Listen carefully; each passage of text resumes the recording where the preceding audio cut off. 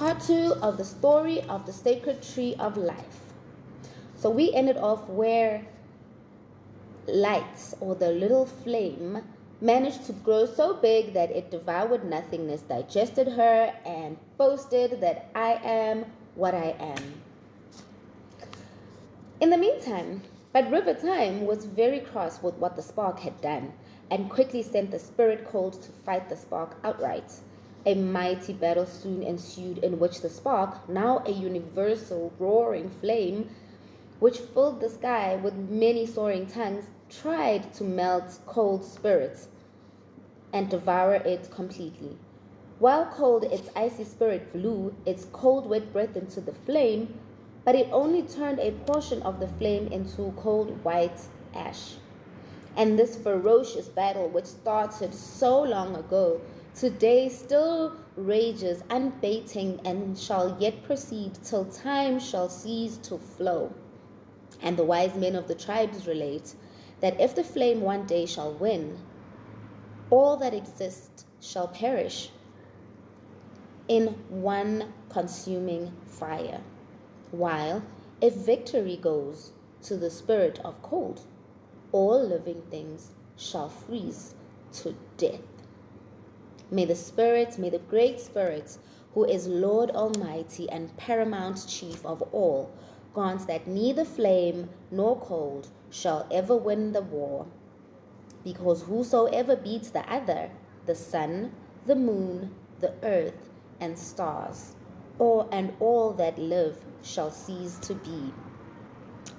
May both antagonists fight forth for everlasting time, because on their unceasing conflict all life depends.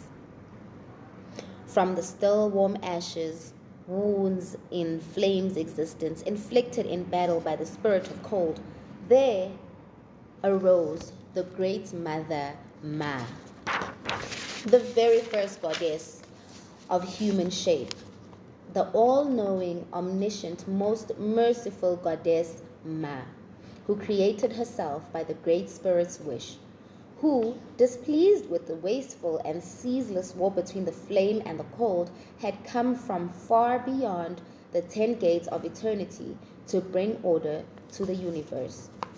Now, Ma, the great mother, began to execute commands of Unkulunkulu, the great spirit. From the spark that flame shot out, she created the stars, the sun, and the body on which we stand. Although immortal, the Great Mother was cursed with strange desires and feelings, which afterwards she passed to man and beast alike. These are feelings strange to immortals, like anger, hunger, jealousy, and misery, or love and lust, and craving for luscious food. With such desires, the Great Mother Ma was cursed, and they were like disease within her being. And because of this, the storytellers, the wise men of the tribes, depict her as an imperfect, undying one. That is why wood carvers throughout this continent always make their carvings of her imperfect. Either a leg is shown deformed, or one breast much bigger than the other, hands of unequal size. It is from the Great Mother Ma that we mortal souls and our brothers, the beasts, inherit all our faults. Imperfect seed bringing forth imperfect plants. When the Great Mother Ma had finished creating the stars, the sun, and the earth, she seated herself on the mountain of iron, Indaba Zimbi, to rest and await the Great Spirit's further instructions. It was a while she thus was sitting that a strange feeling came over her, a feeling she could not interpret. But loneliness, now we know, it had been, and she wept most bitterly. So long and so loud did the goddess cry that the very stars trembled and fell from the sky, while the tears of the goddess shed flowed in a great lake at her feet, flowed across the land in all directions, forming murmuring streams and mighty rivers we see today. At last, the great spirits commanded the goddess to end her queer emotional despair and to repair the damage done to earth by falling stars and floods of tears, and then continue with creating a perfect universe from chaos. No, cried Ma through her through her flood of tears, far greater than that of the Musi Watunga, the falls that tumble in the river Zambezi. No, never. I shall not move from where I am until I have a companion to work with. It is not clear that I am utterly lonely. Who can I talk to in my lonely hours? These barren plains, these silent, craggy mountains, those stupid stars that twinkle foolishly at me. Where is the sense in ordering me to create these useless things anyway? Those stars, the sun, and the skies, and this miserable bowl called Earth. Who am I, and how long will I work here, creating all of this utterly senseless rubbish? From far beyond eternity's borders, where no god or goddess or demon can ever go, came the great spirits.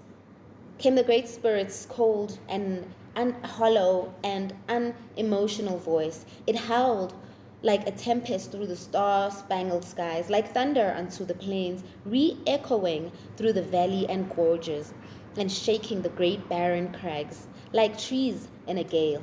Bolt after bolt of crashing lightning tore across the shrieking skies. Howling cyclones swept the rocky plains, while mighty earthquakes sent the mountains roaring to level with the ground, while plains were upwards heaved to form new mountain ranges. The shattered words, not yet defiled by human being, by grass and trees and beasts, was cringing and shuddering before this awe-inspiring voice of the highest, of the very high. Being most imperfect, listen to the voice of thy Lord and Master. I beseech thee to create, and my commands are not for thee to question. Thy duty is to do and not to doubt. The duty is to obey without a murmur. Thou shalt do what I command thee to do. It is thy duty to obey without a murmur. Thou shalt do what I command thee to do, whether thou seest the reason or not.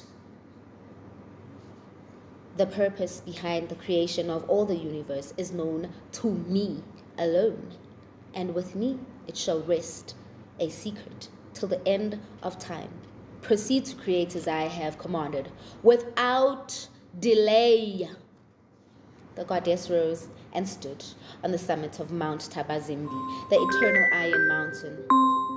She stood erect, a pillar of incredible beauty, such as no mortal has ever or will ever see. Her golden, glittering eyes pierced the dark of the starry sky and peered into the remotest reaches of infinity, where, far, oh, so far away, she could vaguely discern the blaze of light, the formless, ageless, immortal Unkulunkulu, the highest of the high. Slowly Ma raised her luminous hands to the heavens, the sorrow and pity she felt over her great loneliness evaporating to the seven winds, and opening her silver lips, she spoke. Thou hast spoken, O Great Spirit, and I have heard. And as a tool and a toy in thy hand, I shall obey forthwith the very command, for better or worse. I'll stop there for now. I'm running out of time, but we will continue.